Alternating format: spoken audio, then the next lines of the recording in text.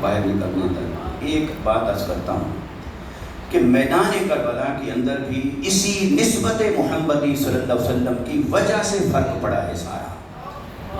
کہ جو مد مقابل کھڑے تھے بے شک وہ ان میں سے کئی صحابہ کی اولادیں ہوں، تو جب قرآن نبی کی اولاد کو نبی کی اولاد نہیں مانتا اگر نبی کے راستے پر نہ ہو، جب قرآن نے نوح علیہ السلام کے بارے میں فرما دیا اور نبی کی اولاد کو نبی کی اولاد نہیں مانا، کہاں نبی کے راستے پر نہیں، تو کوئی صحابی کی اولاد ہو اور صحابہ کی راہ پر نہ ہو، اپنے والد کی راہ پر نہ ہو، تو پھر وہ اپنے والد اور صحابی کی چھتری کے نیچے چھپنے کی کوشش کرتا رہے، تو اتنے نادان تو ہم بھی نہیں، اور جو اسے اس امبریلا کے نیچے چھپانا چاہتے ہیں اتنے نادان وہ بھی نہیں، انہیں بھی پتا ہے کہ یزید کا ٹھکانہ کہاں ہے، ہر ایک کو پتا ہے کہ جنت کی سرداری حسن اور حسین کے پاس ہے،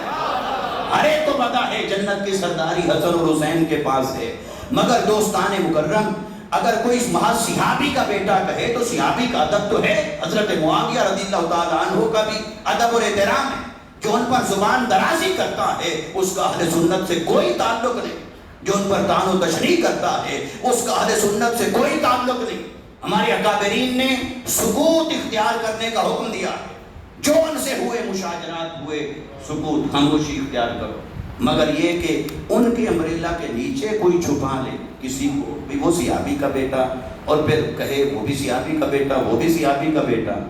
بھئی حسین صرف صحابی کا بیٹا نہیں مصطفیٰ کا بیٹا ہے، مصطفیٰ کا بیٹا ہے، تو پہلے جو تم برابر شناخت کرنے کی کوشش کر رہے تھے وہ بھی صحابی کا بیٹا وہ بھی صحابی کا بیٹا، اب قرآن نے کہا خبردار ڈنڈی نہ مارو، یہ مصطفیٰ کا بیٹا ہے، اسے بولو کیا کہتے ہو،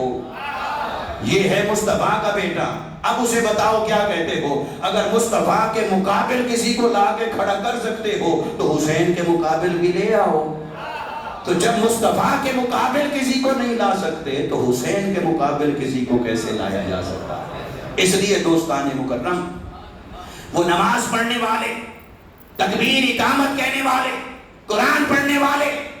ہم یہ نہیں کہتے کہ وہ پیدائشی کافر تھے، اصلی کافر تھے، ہوں گے مومن مسلمان